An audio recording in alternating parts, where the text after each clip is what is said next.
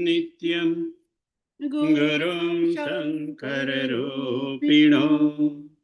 यमाश्रितो हि वक्रोऽपिः चन्द्रः सर्वत्र वन्द्यते बन्धवगुरुपदकञ्ज कृपा सिन्धु नररूप हरि महामोहतमपुञ्ज जासु वचन रवि कर निकर जासु वचन रवि कर निकर.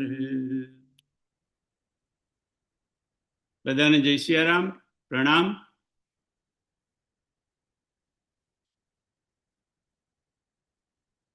આપણા એક સત્સંગી ઉર્મિલા મામી એ હોસ્પિટલમાં છે. આપણે ગયા ગુરુવારે અહીંયા હતા આપણા સત્સંગમાં, પછી શુક્રવારથી થોડી તબિયત ખરાબ થઈ, ન્યુમોનિયા જેવું છે, એટલે હોસ્પિટલમાં દાખલ કર્યા છે. એમને યાદ કરી લઈએ. સારું છે એમને. માનસ સનાતન ધર્મ આપણે ગયા 2 સેશનમાં જોતા હતા કે જીવ શું છે, પ્રાણ શું છે, આત્મા શું છે. સૂક્ષ્મ દેહ અને સ્થૂળ દેહની પણ ચર્ચા કરી આપણે. જીવ, આપણો જીવ શરીર કેવી રીતે છોડે છે તેના પ્રોસેસની ચર્ચા કરી આપણે. પછી પાછો એ જીવ ચંદ્રમા દ્વારા, અન્ન દ્વારા શરીરમાં પાછો કેવી રીતે પ્રવેશ કરે છે તેની આપણે ચર્ચા કરી. અને આપણે ગઈ વખત જોયું કે આ બધું જાણવું ઘણું જરૂરી છે. કેમ તો કે છે કે સ્થૂળ દેહનું તો આપણને બહુ જ જ્ઞાન છે, સ્થૂળ દેહનું, આ શરીરનું. પણ સૂક્ષ્મ દેહ પ્રત્યે આપણે એટલા બધા જાગૃત નથી. ખબર તો છે પણ એટલી બધી જાગૃતિ નથી આપણી એની પર. તો આ જો આપણે સૂક્ષ્મ દેહને જાણી લઈએ તો આપણી સ્થૂળથી સૂક્ષ્મ તરફની ગતિ વધે. બાપુ કથામાં કાયમ કે આપણે સ્થૂળથી સૂક્ષ્મ તરફ જવાનું છે. સ્થૂળથી સૂક્ષ્મ એટલે કે ભૌતિક શરીરથી આપણે આપણા જીવ તરફ, મન તરફ, અંતઃકરણ તરફ ભીતરી યાત્રા, ભીતરની, અંતઃકરણ તો ભીતર છે એટલે ભીતરી યાત્રા કરવાની છે. અને એનો એક બીજો અર્થ એ પણ થાય કે ભૌતિકતાથી આપણે આધ્યાત્મિક તરફ જવાનું છે. સ્થૂળથી સૂક્ષ્મ તરફ એટલે ભૌતિકતાથી આધ્યાત્મિકતા તરફ આપણે આગળ જવાનું છે.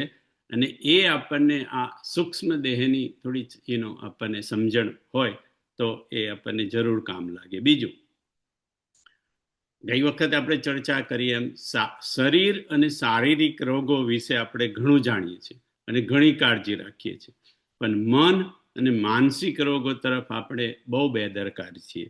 બિલકુલ ઉલટું. સાધુ સંતો શું કરે? સાધુ સંતોએ મનને સમજાયું. આખા રામચરિત માનસમાં તુલસીદાસજી કે સુનહુ સંતત સઠમના, મનને સમજાવે. કેમ? કારણ કે એમને મન પર જ ધ્યાન આપ્યું. અને આપણે લોકોએ શરીર પર જેટલું ધ્યાન આપ્યું એટલું સાધુ સંતોએ મન પર ધ્યાન આપ્યું. શરીર પર તો બહુ ધ્યાન જ ના આપ્યું.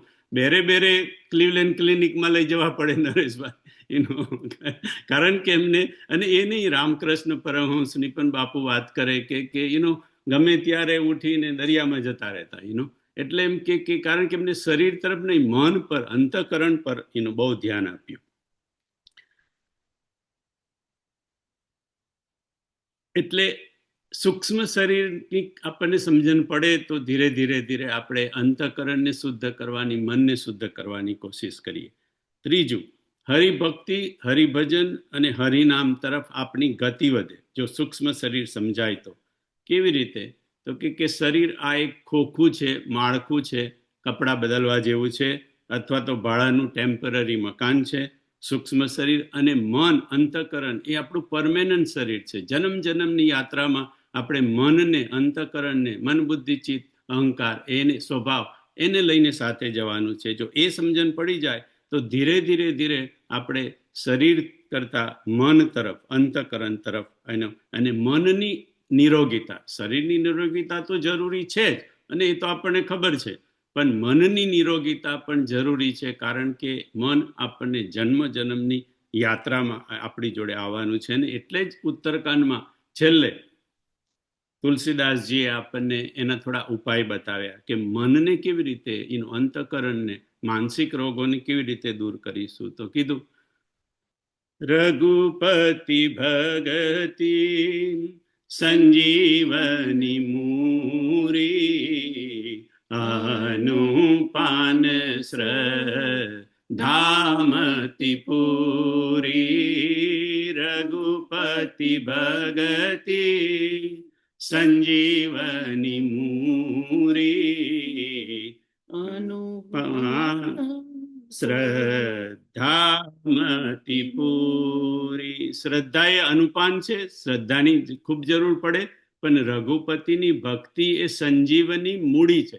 એનું મનને, એનું મનના રોગો માટેની ઔષધિ, એનું સંજીવની જે એકદમ અસરકારક હોય એ છે એનો રઘુપતિ ભક્તિ. આગળ કીધું, સદગુરુ વેદ બચન વિશ્વાસા,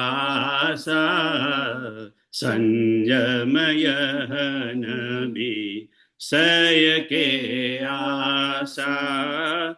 સદગુરુ વેદ બચન વિશ્વાસા, સંયમય નબી સય કે આશા. સદગુરુના વચનોમાં આપણને જો વિશ્વાસ, એકદમ દ્રઢ વિશ્વાસ બેસી જાય તો, અને આ જે બધા આપણે ચર્ચા કરીએ છીએ આ બધા સદગુરુના જ વચનો છે, કે ભાઈ એમાં જો આપણને દ્રઢ વિશ્વાસ બેસી જાય એનો, અને વિષયોની આશા ધીરે ધીરે છૂટી જાય, તો આપણું મન એનું શુદ્ધ થાય, માનસિક રોગો આપણા એનું ઓછા થાય. શિવજીએ તો આપણને છેલ્લો ઉપાય પણ બતાવી દીધો, કારણ કે શિવજી જેને રામચરિતમાનસની રચના કરી એમને જ આપણને એનો આખરી ઉપાય બતાવી દીધો. એનું બાલકાંડમાં શું કીધું શિવજીએ?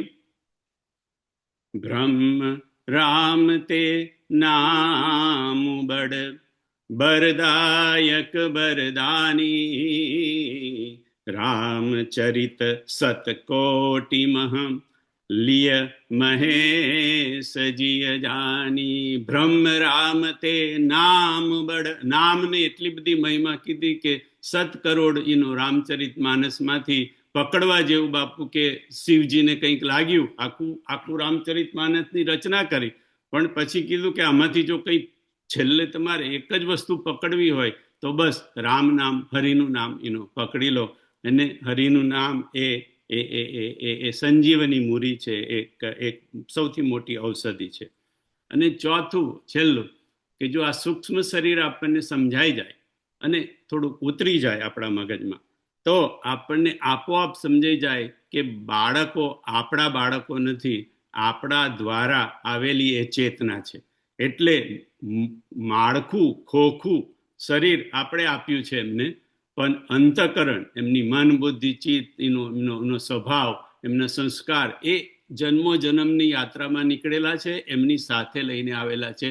તો આપણને ખબર સમજાઈ જાય કે એક જ મા બાપના જુદા જુદા સંતાનો કેમ છે, કારણ કે સૂક્ષ્મ શરીર એમનું જુદું જુદું છે, સ્થૂળ શરીર મા બાપનું છે, સૂક્ષ્મ શરીર એ સાથે લઈને આવેલા છે. માટે હરિ બોલ, હરિ બોલ, હરિ બોલ, હરિ બોલ, હરિ બોલ, હરિ બોલ, હરિ બોલ, હરિ બોલ. પ્યારે મુકુંદ માધવ ગોવિંદ બોલ, પ્યારે મુકુંદ માધવ ગોવિંદ બોલ. હરિ બોલ, હરિ બોલ, હરિ બોલ, હરિ બોલ. રાધે બોલ, રાધે બોલ, રાધે બોલ, રાધે બોલ. પ્યારે મુકુંદ માધવ ગોવિંદ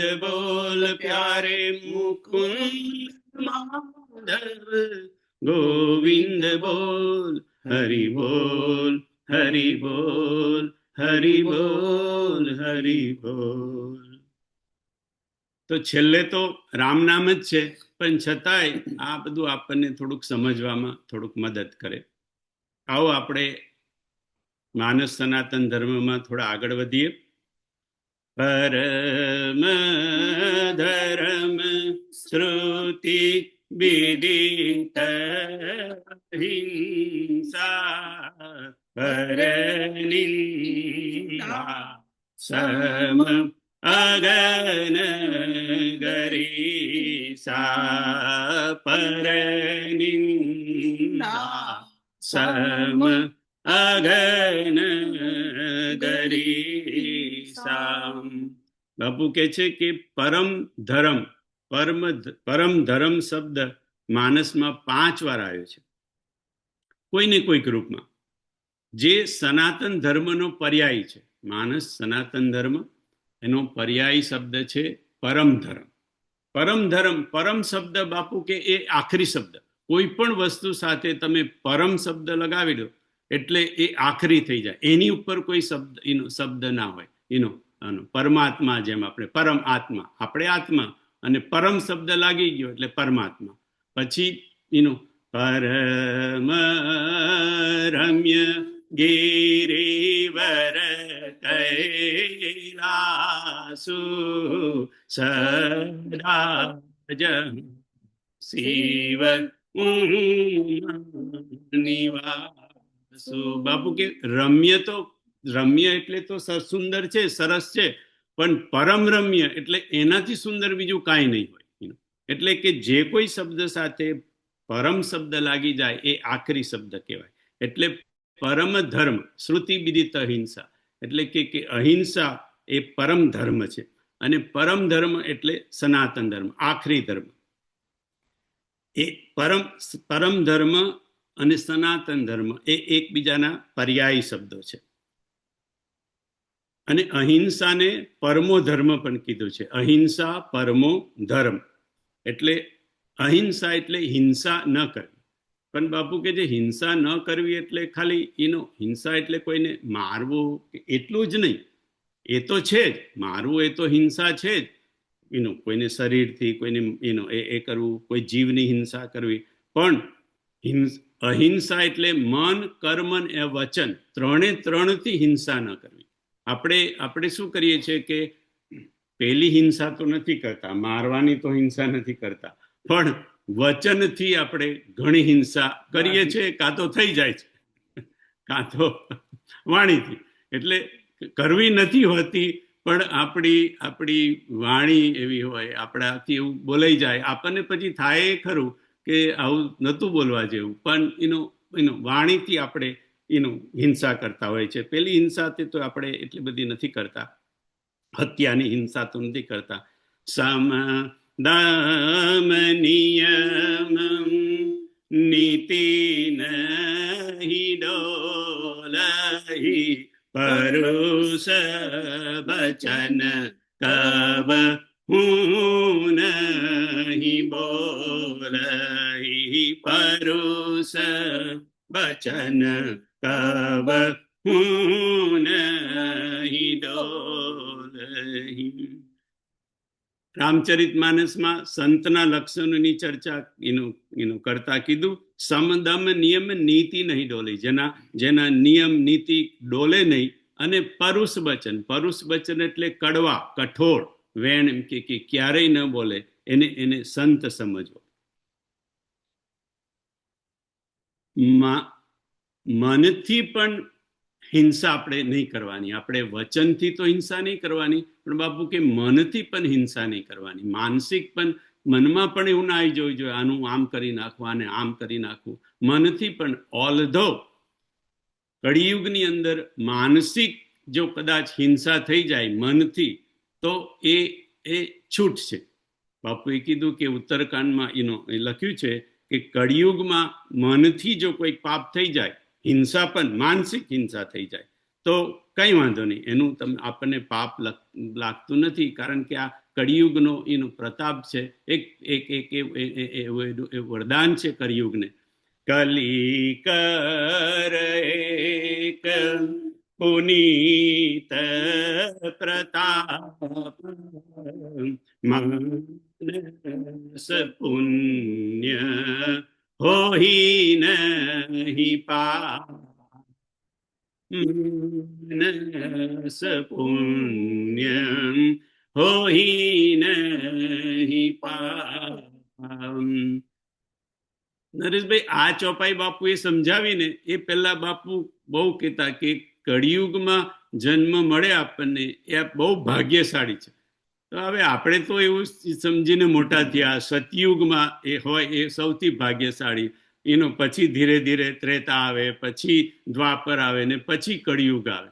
પણ જ્યારે બાપુએ આ ચોપાઈ સમજાવી ત્યારે થયું કે નહીં, આ બરાબર છે. કારણ કે એનો મનથી પાપ તો થઈ જાય, મનથી તો હિંસા થઈ જાય, મનથી કોઈના માટે ખરાબ વિચાર પણ આવી જાય, પણ જ્યાં સુધી આપણે એને વાણીમાં ન મૂકીએ, જ્યાં સુધી એને વર્તનમાં ન મૂકીએ, ત્યાં સુધી કળિયુગમાં પાપ લાગે જ નહીં. આ તો કેટલું મોટું વરદાન કહેવાય. અને એનાથી મોટું વરદાન એવું કે કલી કર એક પુનીત પ્રતાપ માનસ પુણ્ય હોઈ નહીં પાપા. માનસ પુણ્ય એનો બાપુએ અર્થ કીધો કે મનથી તમે જેટલું પુણ્ય કમાવું હોય એટલું તમે કમાવી શકો.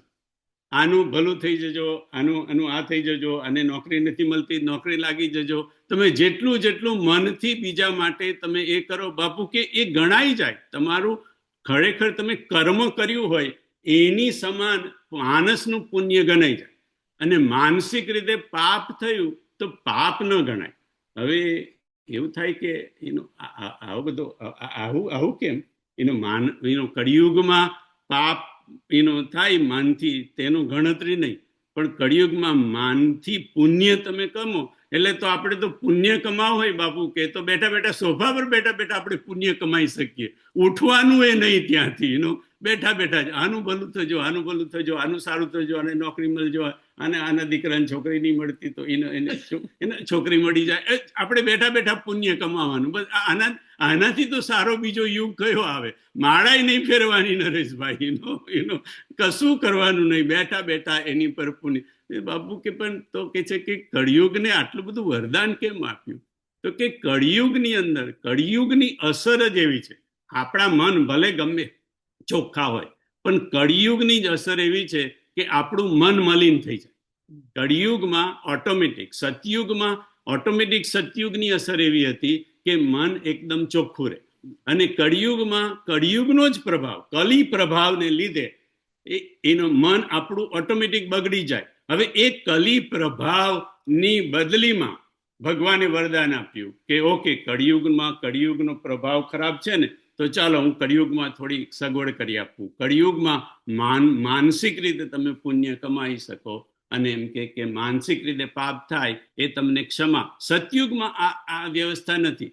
સતયુગના લોકો, સતયુગની અસર લોકોના મગજ પર એટલી સરસ છે કે સતયુગમાં જો મનથી પણ જો કોઈ પાપ કરે તો એને માનસિક પાપનું એને પાપ લાગે. કારણ કે સતયુગમાં હોવું જ ન જોઈએ.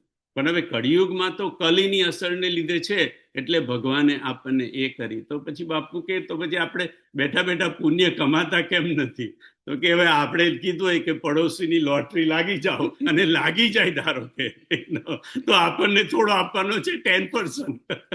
એટલે આપણને આટલું બધું સરસ સગવડ થઈ ગઈ છે, પણ તો પણ એમ કે આપણાથી એનું થઈ શકતું નથી. અને બાપુ કે આ બધું કરીએ, ધારો કે આપણે કરીએ કે ભાઈ આને આ થઈ જાવ, આનું આ સારું થઈ જાવ, પેલાનું ભલું, આનું ભલું થઈ જાવ, ભલું. તો કદાચ બાપુ કે હવે આપણા વિચારમાં કે આપણી નાભીમાં એટલી બધી તાકાત નથી કે આપણે જે કહીએ થઈ જાય. બોલે સો નિહાલ, એ આપણે કક્ષા પર નથી. પણ બાપુ કે કદાચ બોલે સો નિહાલ ન થાય તો પણ એક વસ્તુ તો જરૂર થાય ને, કે આપણું મન તો શુદ્ધ થાય ને. કારણ કે આપણે બધા વિશે સારું જ વિચાર્યું છે, આપણે બધાનું ભલું જ વિચાર્યું છે. પરહિત સરીસ ધર્મ નહીં ભાઈ, પર પીડા સમ નહીં અધમાય. પરહિત આપણે એના તો કરવાનું એમ કે બેઠા બેઠા આપણે કરી શકીએ, પણ આપણને બીક લાગે છે કે આપણે કંઈ કરીએ અને બીજાને ખરેખર જો ફાયદો થઈ જાય તો પછી એ આપણને થોડો 10% આપવાનો છે. 10% તો બાજુ પર થેન્ક યુ એ નથી કહેવાનું, કારણ કે એને તો ખબર નથી. પણ બાપુ કે એ ભલે આપણા વચનમાં એટલી બધી તાકાત ન હોય, પણ એટલીસ્ટ કશું નહીં થાય તોય આપણું મન તો ધીરે ધીરે સારું થશે, સ્વચ્છ થશે, ચોખ્ખું થશે. એટલા માટે બહુ જરૂરી છે આ માનસ પુણ્ય કરવાની. એટલે પહેલું પરમ ધર્મ અહિંસા. અહિંસા એ પરમ ધર્મ છે, અહિંસા પરમો ધર્મ. બીજું પરમ ધર્મ છે સત્ય. સત્ય એ પરમ ધર્મ છે.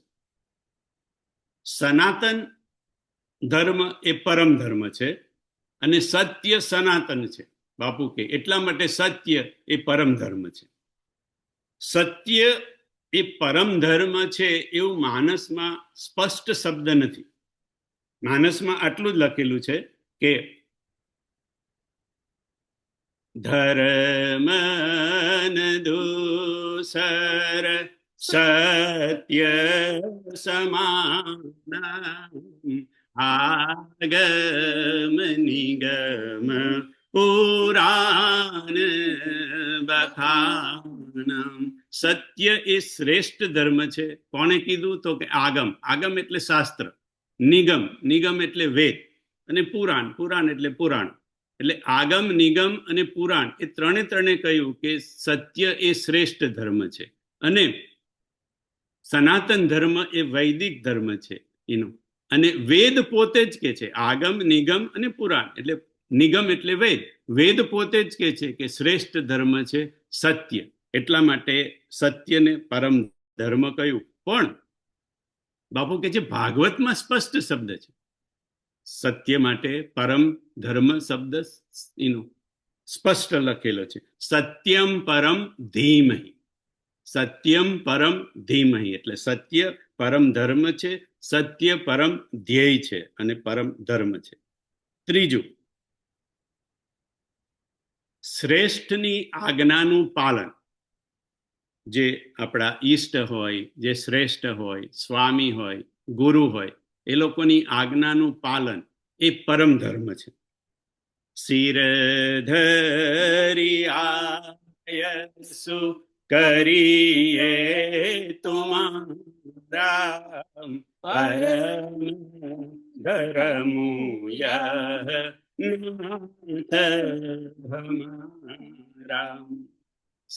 શિવજીને રામે કહ્યું કે હવે પાર્વતીએ તમારા માટે ઘણું તપ કર્યું, તમે એની સાથે લગ્ન કરો.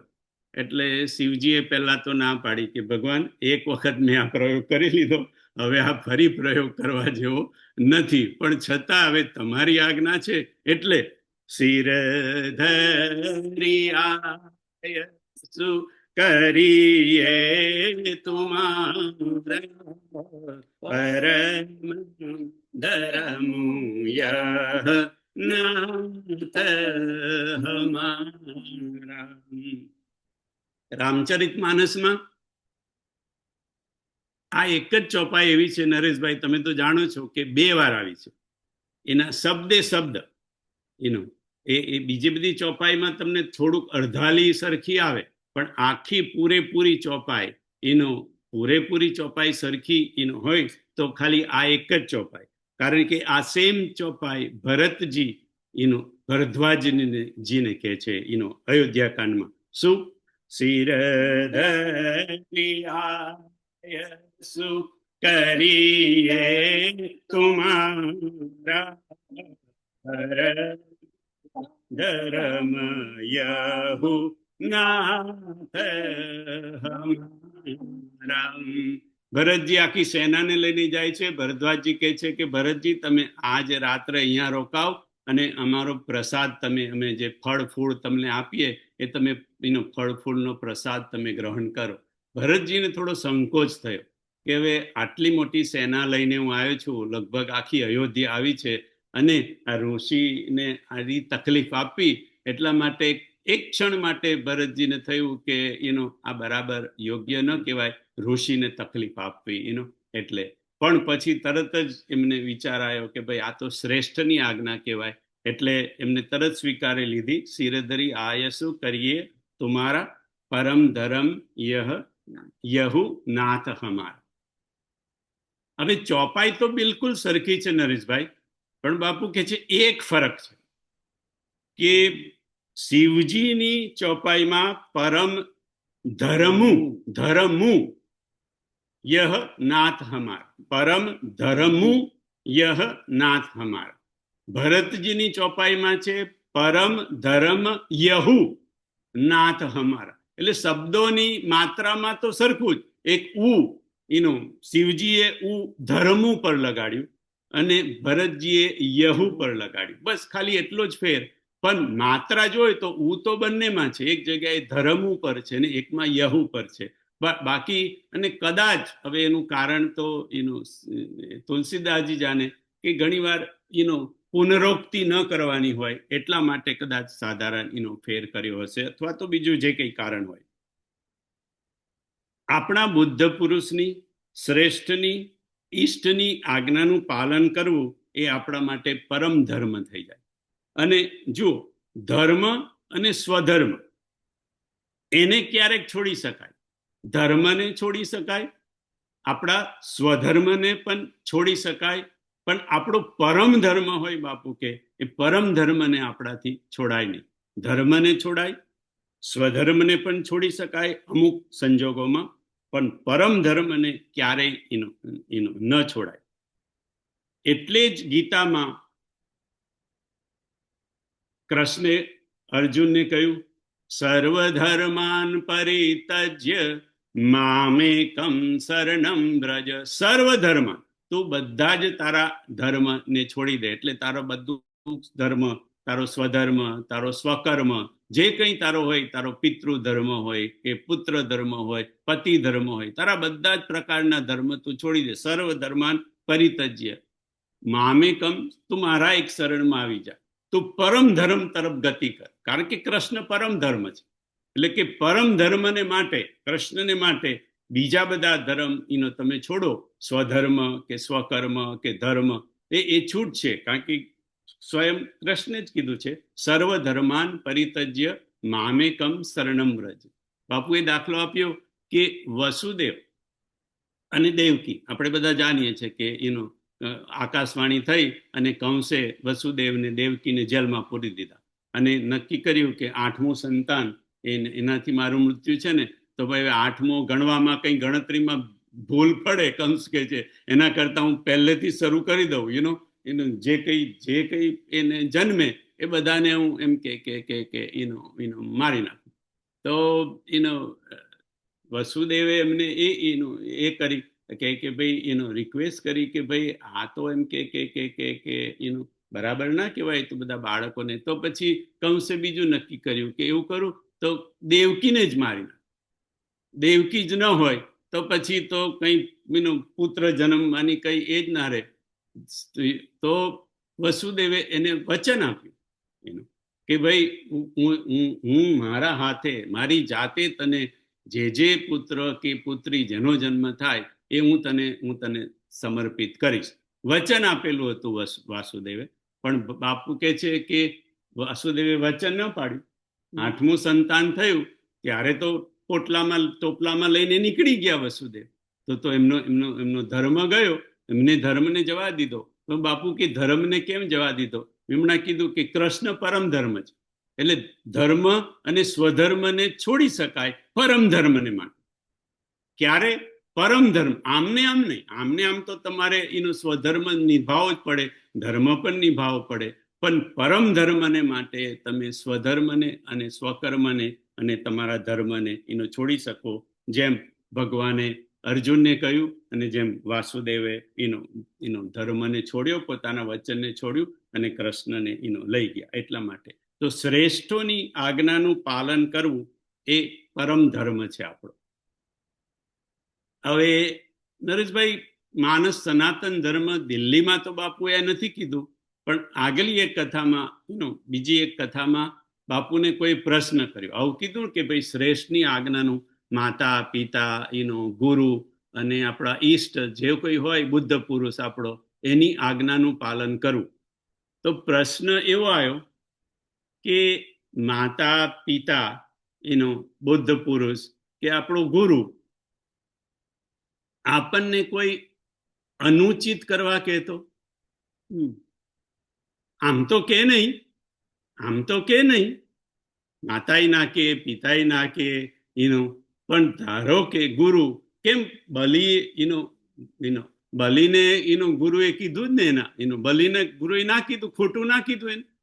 બલી ભગવાન જયારે 3 પૃથ્વીનું વામન રૂપમાં આવ્યા તારે એને ના જ પાડી ને કે ભાઈ આ તું અમને વચન ના આપીશ, આ તો એ છે એમ કે બલી ગુરુએ ખોટી સલાહ આપી. બલી તો સારું, બલીએ ના માન્યું, ગુરુનું પણ ના માન્યું, પણ એમ કે એવું કોક વાર એવું હોય, થઈ જાય કદાચ અપવાદ રૂપે કે માતા પિતા યોગ્ય સલાહ ના આપે, શ્રેષ્ઠ જો આપણો હોય, સ્વામી હોય કે ગુરુ હોય, એ આપણને બરાબર સલાહ ના આપે તો શું કરવું?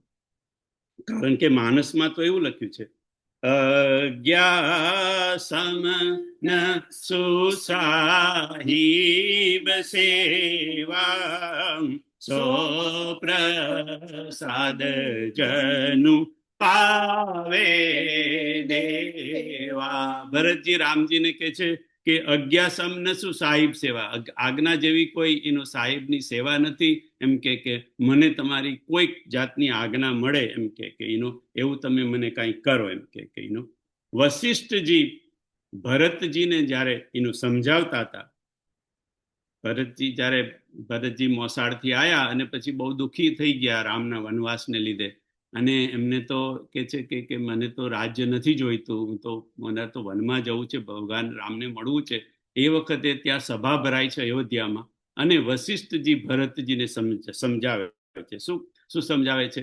કે તને તારા પિતાએ આજ્ઞા કરી, રામને આજ્ઞા કરી વનમાં જવાની, એટલે એમના વચન પ્રમાણે, આજ્ઞા એટલે વચન પ્રમાણે કે ભાઈ રામ વનમાં જાય અને તને એમ કે રાજ મળે, તો પિતાનું વચન એ તારે માનવું જોઈએ.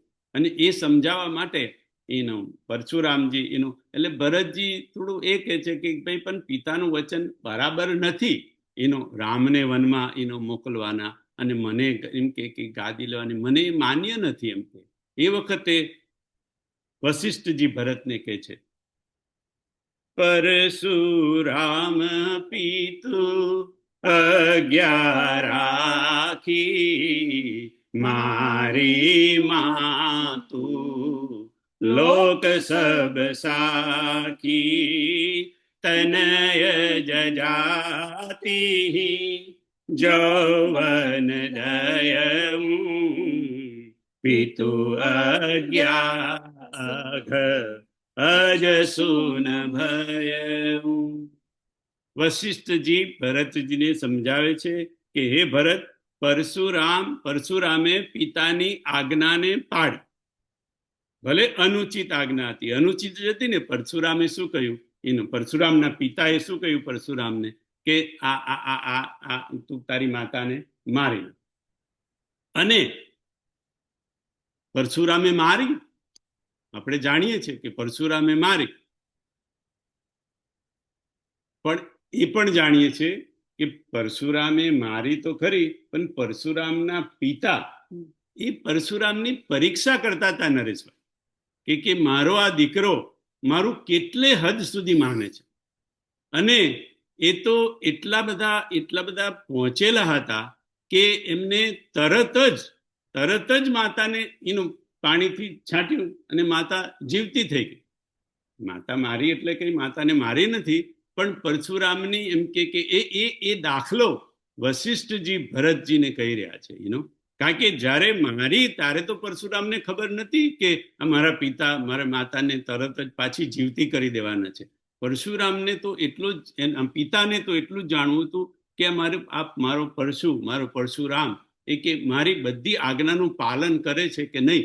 આજ્ઞા સમન સુસાહિબ સેવા સો પ્રસાદ જન પાવે દેવા તનય જજાતિ જૌવન દયમ પિતુ અજ્ઞા અજ સુન ભયઉ. અને યયાતિને એના દીકરાએ પોતાનું યૌવન આપી દીધું, કારણ કે યયાતિને ભોગ ભોગવવા હતા. તો ભોગ ભોગવવા માટે પણ એમ કે પોતાનું યૌવન એનું સમર્પણ કરી દીધું. પણ આગળ એવું કે છે, ભરતજી જવાબમાં વશિષ્ઠજીને એવું કે છે, ગુરુ પિતુ માતુ સ્વામી હિત બાની સુની મન મુદિત કરીએ ભલ જાની. ભરતજી વશિષ્ઠજીને કહે છે કે હે વશિષ્ઠજી, હે ગુરુ, મને આ ખબર છે, તમે જે કહો છો તે મને ખ્યાલ છે એનો. એમ કે માતાની વાણી, પિતાની વાણી, ગુરુની વાણી અને સ્વામીની જે વાણી હોય એને કરવી જોઈએ. ગુરુ પિતુમાતો સ્વામી હિત બાની સુની મન મુદિત કરીએ ભલ જાની. ઉચિત કી અનુચિત કિએ વિચારો, ઉચિત કે અનુચિત કિએ વિચારો.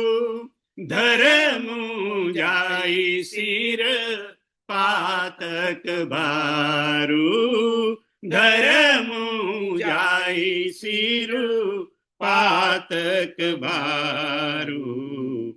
ગુરુ પિતુ માતુ સ્વામી હિત બાની સુની મન મુદિત કરીએ ભલ જાની.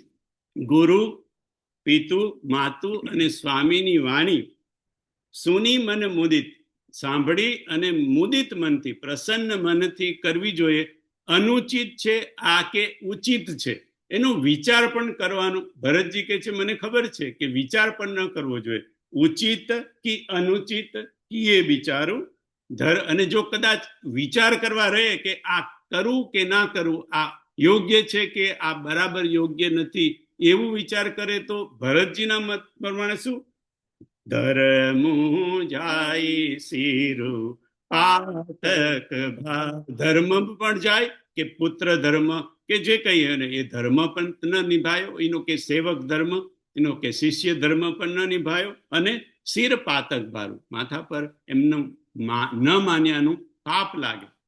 તો હવે એ છે, તો એક બાજુ થયું કે ભાઈ વિચાર પણ નહીં કરવાનો નરેશભાઈ, એક બાજુ કે અનુચિત કે ઉચિત વિચાર પણ નહીં કરવાનો, અને બીજી બાજુ કે છે કે અજ્ઞાસમ નસુ સાહિબ સેવા, આ બધાની એમાં કઈ વિચાર જ નહીં કરવાનો. એમ કે તો પછી કરવું શું? આવો પ્રશ્ન બાપુ પાસે આવ્યો કે તો પછી અમારે કરવું શું? એમ કે કરવું કે ન કરવું, વિચાર કરવો કે ન કરવો, કે આમ જ ઊંધું કાલીને પરશુરામની જેમ. કે પરશુરામ તો બરાબર, એના પિતા તો એ હતા કે એટલા બધા એ પહોંચેલા હતા કે બધું કરી શકે એવા હતા. અમારા જો કંઈક માતા પિતા કે ગુરુ કઈ બલીની જેમ ખોટી સલાહ આપે તો અમારે શું કરવું, કેવી રીતે કરવું? તો રામજીએ ચિત્રકૂટમાં રામજીએ શું કીધું કે હે ભરત, તને પિતાએ એક આજ્ઞા આપી છે રાજ કરવાની, મને કીધું છે વનમાં જવાનું એમના વચનો દ્વારા. એટલે પિતુ આય સુપા લીધું ભાઈ, લોક બેદ ભલ ભૂપ ભલાઈ. ગુરુ પિતુ માતુ સ્વામી શીખ પાલે, ગુરુ પિતુ માતુ સ્વામી શીખ પાલે.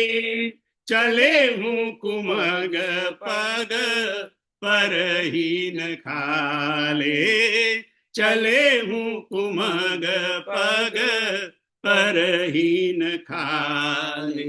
રામજી આ બધાનો જવાબ આપ્યો આપણને. શું જવાબ આપ્યો રામજીએ? કે પિતુ આયસુ પાલિહી દો ભાઈ. પિતાની આજ્ઞાનું આપણે બંને જણ પાલન કરીએ. તું એનું રાજ કરીને પાલન કર, એનું અયોધ્યાનું 14 વર્ષ, અને હું 14 વર્ષ વનમાં રહીને પિતાની આજ્ઞાનું પાલન કરું. હવે એ પિતાની આજ્ઞા અને માતાના વચનો યોગ્ય હતા કે ન યોગ્ય હતા તેની તું ચિંતા જવા. એમાં પિતાની આજ્ઞાની ને માતાની આજ્ઞાનું પાલન કરવામાં લોક બેદ ભલ, લોક રીતે ભલ સારું છે અને વેદની રીતે પણ ભલું છે. અને એમાં ભૂપ ભલાઈ, રાજાની પણ આની અંદર ભલાઈ છે કે આપણે એમનું, કારણ કે રાજાનું વચન રહી જશે, એમનું સત્ય રહી જશે, એટલા માટે રાજાની એટલે આપણા પિતાની પણ ભલાઈ થશે. અને આગળ રામજી અહીંયા જવાબ આપતા કીધું આપણા પ્રશ્નનું કે ગુરુ પિતુ માતુ સ્વામી શીખ પાળ. ગુરુએ કંઈ કહ્યું હોય, માતાએ કંઈ કહ્યું હોય, પિતાએ કંઈ કહ્યું હોય કે સ્વામી આપણા જે ઈષ્ટ હોય એમને જે કંઈ કહ્યું હોય, એમની શિખામણ પાડવાથી કદાચ કદાચ કદાચ આપણે ખોટા રસ્તે જતા હોય કે રસ્તો એમની બરાબર ન હોય, ઉચિત કે અનુચિત હોય, બરાબર, પણ એમની આજ્ઞાનું પાલન કરવું જોઈએ. કેમ? ગુરુ પિતુ માતુ સ્વામી શીખ પાલે, ચલે હું કુમગ પગ પરહી ન ખાલે. તમે આપણે કુમગ પર પણ ચાલીએ એટલે ખોટો રસ્તો એમને બતાવ્યો હોય તો આપણે ખોટા રસ્તા પર પણ ચાલીએ તો ચલહી કુમગ પગ પરહી ન ખાલે. એટલે એ કુમગ ખરાબ રસ્તા પર ચાલવા છતાંય આપણા પગમાં છલ્લા નહીં પડે. આપણે આમને આમ પગ ખરાબ રસ્તે ચાલીએ તો પગમાં છાલા પડે ને, ભરતજીને પણ છાલા પડ્યા. તો કે ચલે હું કુમગ એટલે માતા પિતા ગુરુની વાણી કદાચ યોગ્ય ન હોય પણ છતાંય જો આપણે એની પર ચાલીએ તો એનું કુમગ પર રામજી કહે છે તો પણ આપણા પગમાં છલ્લા નહીં પડે. આપણા પગમાં છલ્લા પડે નહીં એટલે એનો મતલબ બાપુ કહે છે કે આપણને દોષ નહીં લાગે. આપણે એમની વાણીને પાલન કરીએ, ઉચિત કે અનુચિત, નરેશભાઈ, તો આપણને દોષ નહીં લાગે. દોષ કોને લાગશે? જેને આપણને કરવા માટે કહ્યું છે તેને. ગુરુએ કહ્યું તો ગુરુને દોષ લાગશે, એના પગમાં છલ્લા પડશે. માતાએ કહ્યું તો માતાને લાગશે, પિતાએ કહ્યું તો પિતાને, સ્વામીએ કહ્યું તો સ્વામી, એના પગમાં છાલા પડશે, આપણા પગમાં છાલા પડશે. કેવી રીતે? તો કે એક માણસનું ખૂન કર્યું. તો કે ખૂન શેનાથી કર્યું? તો કે પિસ્તોલથી કર્યું. તો કે ગોળી કોને ચલાવી? તો કે પિસ્તોલે ચલાવી. તો કે સજા કોને મળી? તો કે પિસ્તોલને ના મળી, ચલાવવા વાળાને મળી. જેને ચલાવ્યું તું એને મળી. પિસ્તોલને કઈ સજા નથી મળી. તલવારથી કાપ્યો કોઈને તો તલવારને સજા નથી મળી. એટલે સજા તો મળશે કે જેને ચલાવ્યું, જેને આપણને ખોટી સલાહ. હવે તમે કહેશો કે હવે પિસ્તોલ ને તલવાર તો હવે એમ કે હવે એનો નિર્જીવ છે એટલે હવે નેચરલી એને તો સજા આપણે જજ હોય એને તો સજા ના આપે. ચાલો બીજો દાખલો કે બે પક્ષ છે, કે બે ગેંગ છે, એમાંથી એક ગેંગના માણસે બીજા ગેંગના લીડરને મરાઈ નાખ્યો. રાઈટ?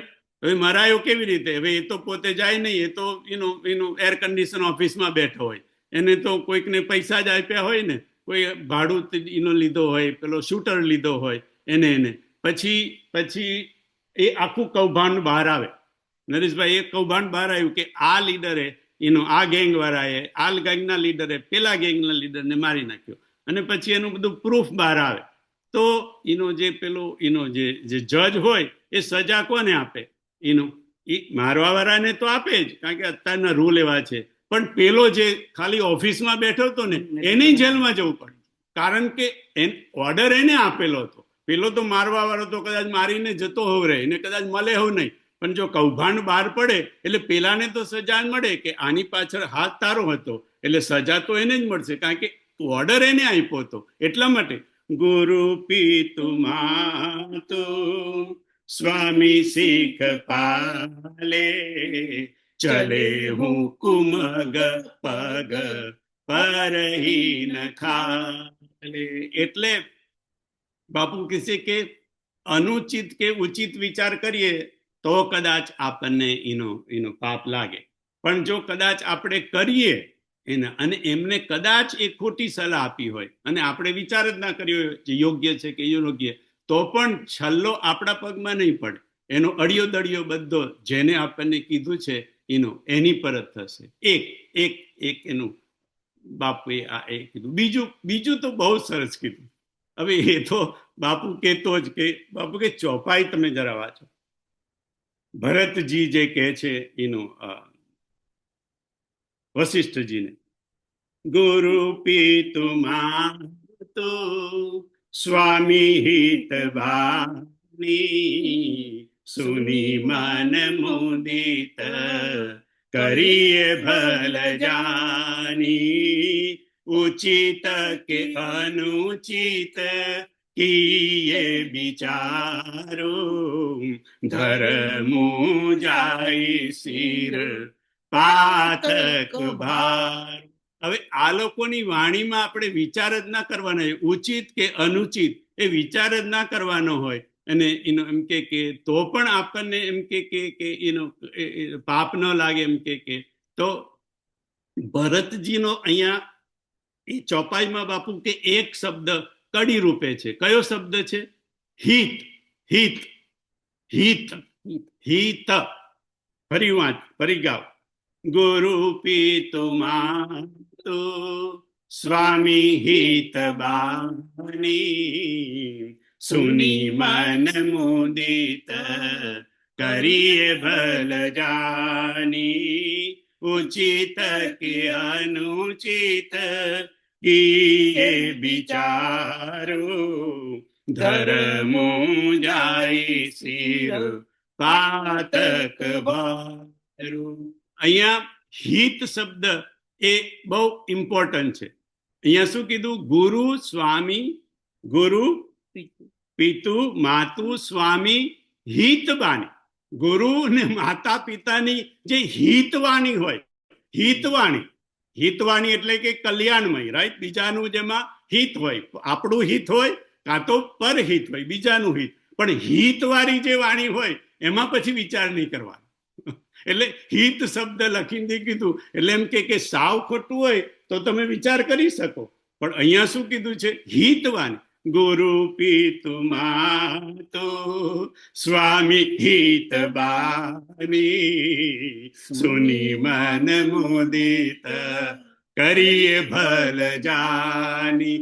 એમાં પછી અનુચિત ઉચિત કિયે વિચારો ધર્મ જાય શિર પાતક ભારું. અહીંયા પણ જોઈએ તો નરેશભાઈ, મોતે સંત અધિક કરી લેખા. રામ કરતા પણ અહીંયા ભરતજીની ચોપાઈ એક જરાક એક સ્ટેપ ઊંચી લાગે છે કે સ્વામી હિત બાની.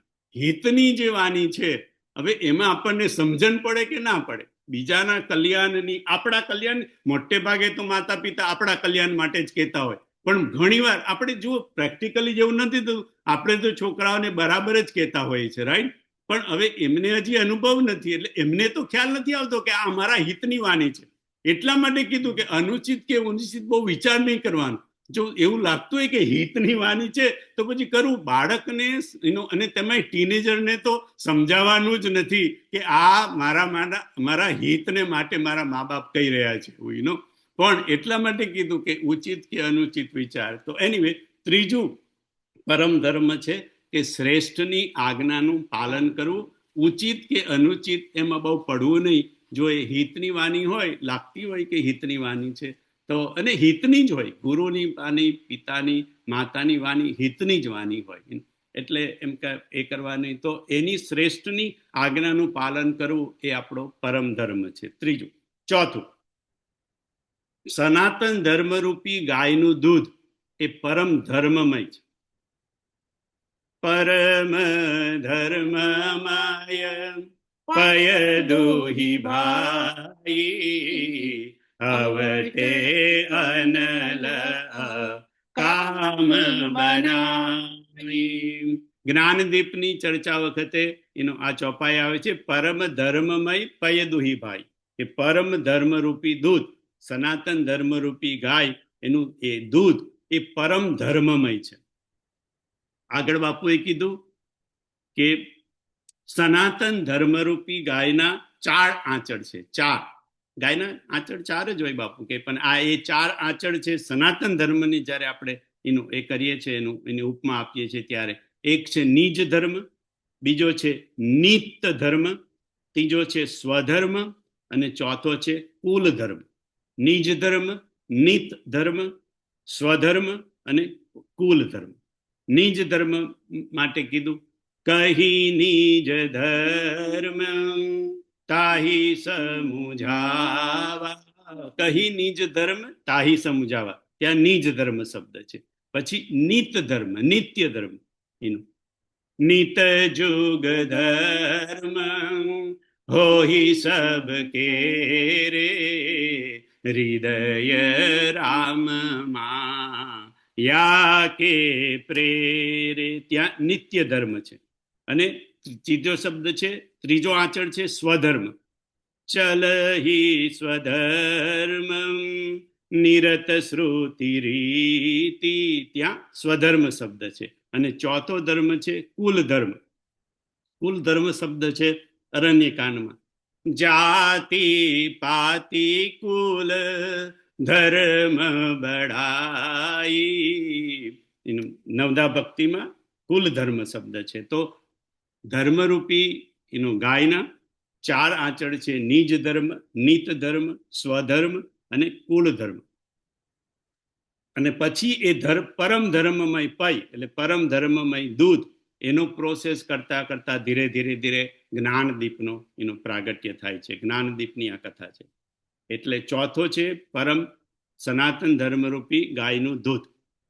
પાંચમો પરમ ધર્મ છે પરોપકાર. એ પરમ ધર્મ છે. પર ઉપકાર, બીજાનું ભલું કરવું, બીજાનું સારું કરવું, પરહિત કરવું, એ પરમ ધર્મ છે. આપણે હમણાં જ ગાયું, પરહિત સરીસ ધર્મ નહીં ભાઈ, પર પીડા સમ નહીં અદમાઈ. બીજાનું હિત કરવું, પરહિત કરવું, એનો બીજા પર ઉપકાર કરવો, એ ધર્મ નહીં, શ્રેષ્ઠ ધર્મ નહીં, પરમ ધર્મ છે. કામદેવે બાલકાંડમાં આ દેવતાઓને કહ્યું, દેવતાઓએ કામદેવને બોલાય કે તમે જાઓ શિવજીની સમાધિ તોડાવો. એટલે કામદેવને તો થયું કે શિવજીની સમાધિ તોડાવી એટલે મારે મૃત્યુ બરાબર જ છે, મારું મૃત્યુ લગભગ નક્કી જ છે, પણ છતાંય હું તમારું કામ કરીશ જો આમાંથી બધાનું ભલું થતું હોય તો. કે ભાઈ શિવજીની સમાધિ તૂટે અને પછી શિવજી લગ્ન કરે અને પછી કાર્તિકેયનો જન્મ થાય તો તારકાસુર રાક્ષસનો નાશ થાય. એટલા માટે જો આવું એમ કે લોકોનું હિત થતું હોય તો એમ કે હું જરૂર કરીશ, કામદેવ કે છે. અને એ વખતે એમને પરોપકાર પરમ ધર્મ છે એની વાત કરી. તદપી કરબ મેં કાજ તુમારા શ્રુતિ કહ પરમ ધર્મ ઉપકાર. શ્રુતિ કહ પરમ ધર્મ ઉપકારમ. શ્રુતિ એટલે કે વેદ, અગેન વેદ કે છે, સ્મૃતિ કે છે કે પરમ ધર્મ એ ઉપકાર એ પરમ ધર્મ છે. પરોપકાર, ઉપકાર એ પરમ ધર્મ. તો 5 પરમ ધર્મની વાત માનસમાં આવી.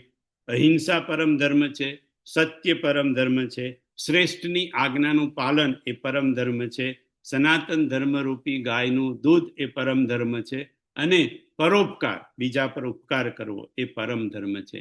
આ 5 પરમ ધર્મની વાત માનસની અંદર તુલસીદાસજી આપણને કરી. ધર્મુન દૂસર સત્ય સમાન આગમ નિગમ પુરાણ બખાના. રામ હિ કે પ્રેમ પિયારા જાની લે મુજો જાન નિહારા.